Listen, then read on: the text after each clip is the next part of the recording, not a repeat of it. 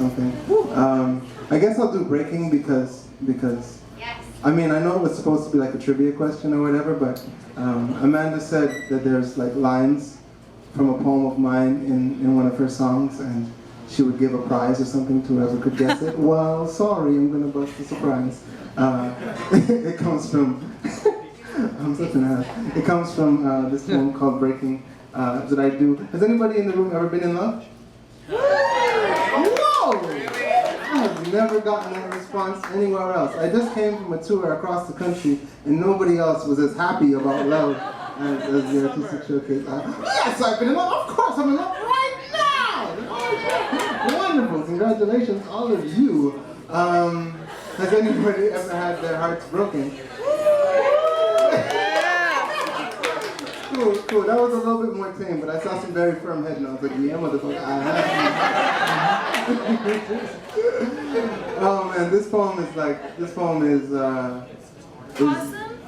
Well, I hope. I'm not allowed to say that. I'm not allowed to say it. It's you know that thing that happens when because everybody needs love, right? So like the market for love is incredible, and the demand and like everybody has it and everybody needs it.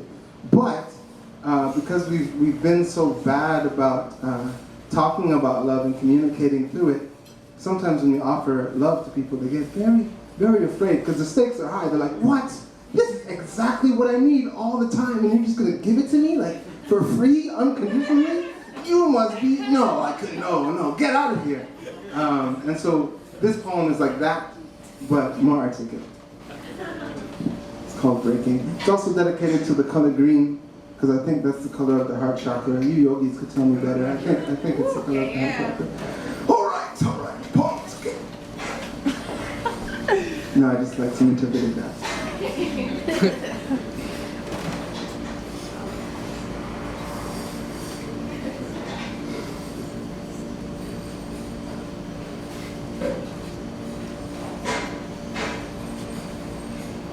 I found her standing alone,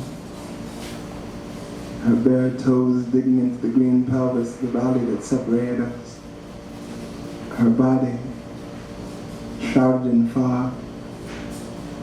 I could not yet see her naked shoulders, the lime juice white of her skin, the golden strands of her hair shining like daylit wheat.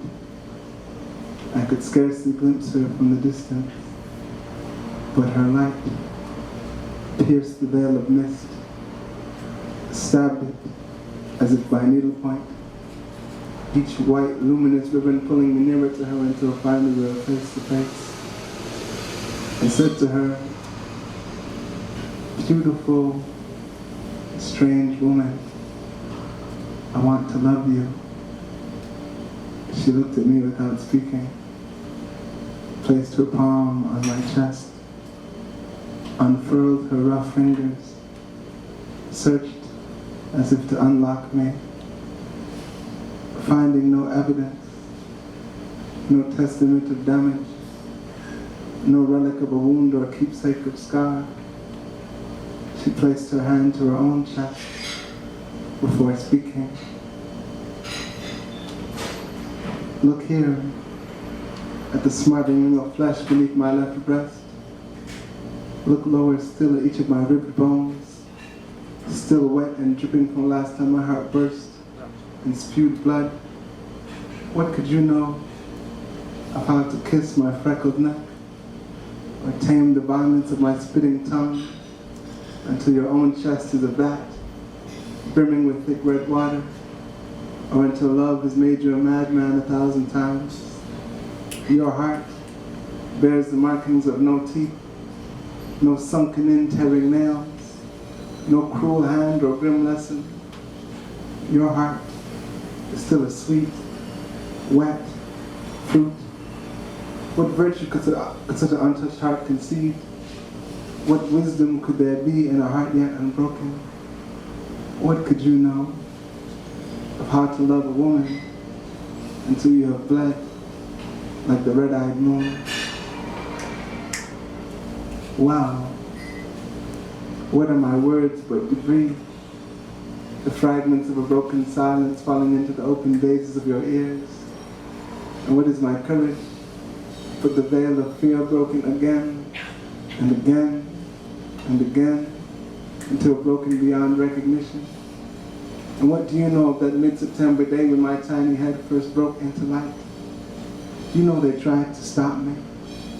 Tried to force me back into the swelled running of my mother's womb as though hers wasn't a labor of love. What then is my entire life but the grace that follows a breakthrough?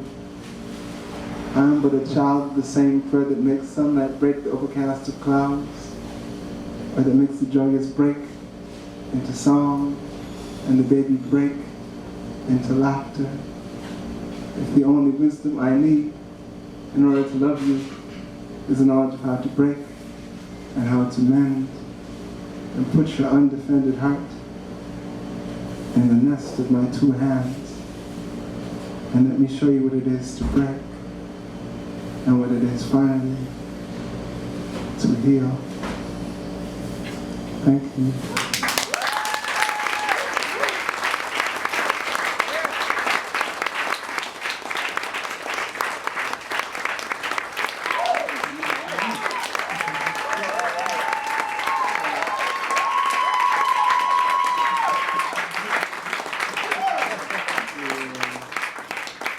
Thank you all very much. A dear friend of mine told me to be proud today. She's like, be humble, which means, like in my definition, humility is the willingness to be no more and no less than who you truly are. So she's like, be humble, Brandon. You did something. It meant something. It's important. Be proud. I was like, okay, maybe. So thank you all for being here tonight. Thank you for being here in general. Before we get out of here, I'd like to remind us all that we all have the capacity to love and that we've all put it to use today. I'm grateful for that. Keep doing that. Keep that up. Also, on Saturday of this week, we are going to be celebrating other things, namely the 2014 World Slam Champion who happens to be in this room. Have you ever met a world champion of anything before? Yeah. Well, there's one right there. His name is Ikenna.